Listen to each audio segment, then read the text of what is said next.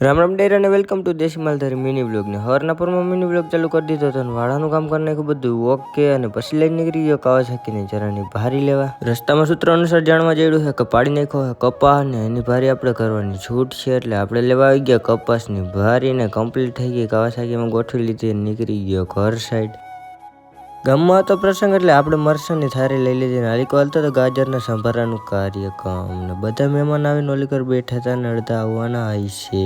આપણે તો મરસા મોરવાના હતા ને ઓલીકો માંડણભાઈ ડોલ લઈને મંડાણા હતા. માથે આવ્યા કારા કાકા ને જોવે છે કે કામ કેવું કરે છે. મેં કીધું વિડીયા બનાવી. શાબાશ બેટા.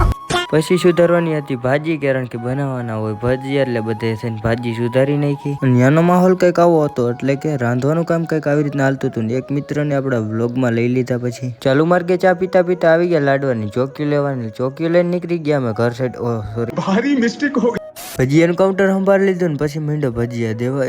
એ ભાઈ હું અહીંયા શું કરવા ઉભો પણ હાથે લેવાનું રહેવા દે. એ ભાઈ ગાલી નહીં દેના.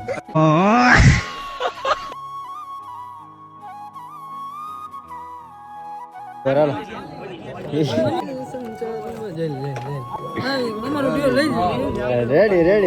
પછી કાઉન્ટર થઈ ગયું તું ખાલી ને કોઈ દેખે ને મિતનભાઈ બનાવી નાખ્યો એક માવો.